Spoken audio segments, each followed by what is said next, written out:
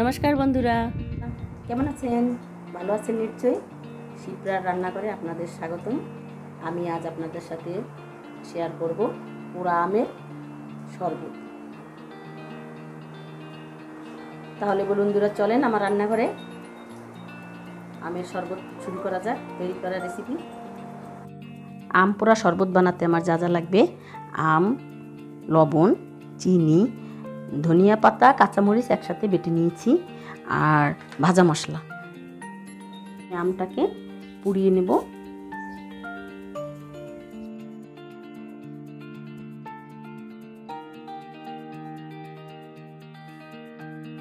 আমার আমটা কত সুন্দর পোড়ানো হয়ে গেছে, এরকম কালারটা আসবে আর নরম হয়ে গেছে ভিতর থেকে। আমটা পোড়ানো হয়ে গেছে। পোড়ানোর পরে আমি এটাকে ছুলে নিয়েছি। এটাকে আস্তে করে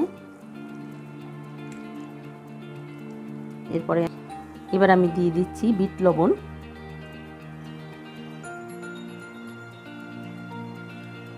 এরপরে দেব ধনিয়া পাতা আর কাঁচামরিচ, এটা পেস্ট করেছিলাম, এটা দেব।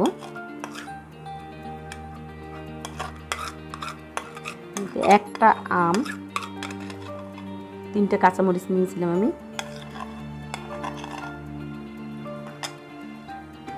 এরপরে দিয়ে দেবো চিনি,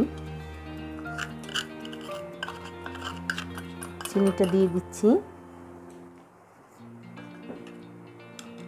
এবার পরিমাণ মতো জল দিয়ে দেবো।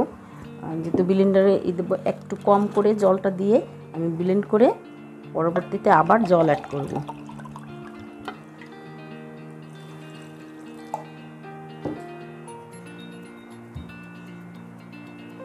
এবার দিয়ে দেব ভাজা মশলা,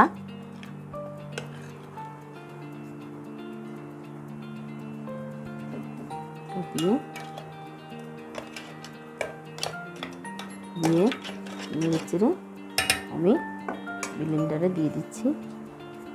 বন্ধুরা, তৈরি হয়ে গেল আমার পোড়া আমের শরবত।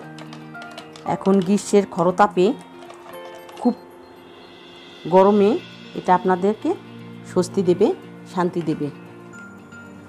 বানাবেন এবং খাবেন। পরিবেশনের পালা।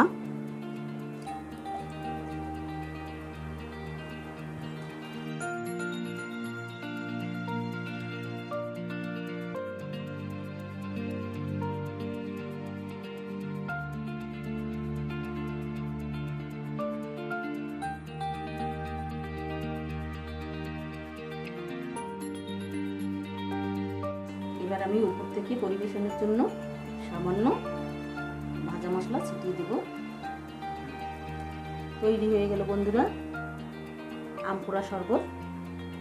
খাবেন, আর খেয়ে ভালো লাগলে অবশ্যই আমাকে লাইক, কমেন্ট, শেয়ার এবং সাবস্ক্রাইব করবেন অবশ্যই। আর পাশে থাকা বেল আইকনটি প্রেস করে, যাতে আমার রেসিপিগুলো আপনি সবার আগে পেতে পারেন।